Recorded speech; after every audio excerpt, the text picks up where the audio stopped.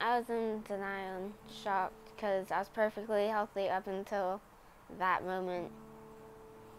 So it's like, oh, they must have the wrong person's blood because I felt fine until that weekend. McKinley was diagnosed with leukemia August 19th of 2013. I was shocked because you don't ever expect your child to have cancer, you know. So I mean, I was shocked in the aspect that we've been donating to St. Jude's for 2 years prior, so we read the little stories, you know, that we get in the email or the mail and stuff, and looked at them, and you don't ever think it hitting home. She was very upset,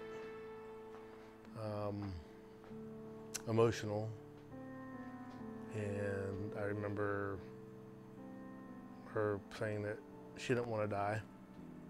So it was pretty upsetting as a parent and also as a child being faced with the big C word.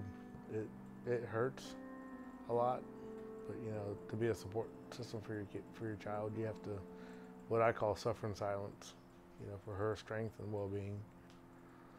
So is it unbearable? I mean, it can be if you allow it to, but I don't feel I have a choice for that. For her well-being, that's just not an option. I know that cancer can kill people, and I didn't want to die.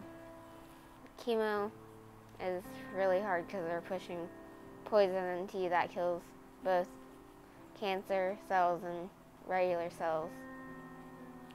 I get the rare side effects that they're known, but most people don't get them. This is the third chemo since the first two didn't work.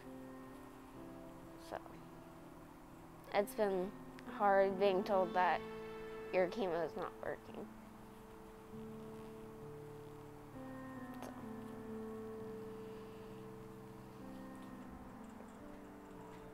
She got diagnosed. There's been a couple times, but you know, and she said, "Daddy, I don't want to die." You know, you never expect those words from your kid, from your child when she's, you know, upset and crying and that sort of thing. And it's a reality that's a possibility because she got diagnosed at 13.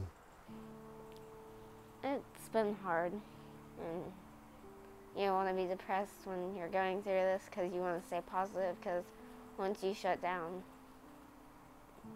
there's nothing really you can do.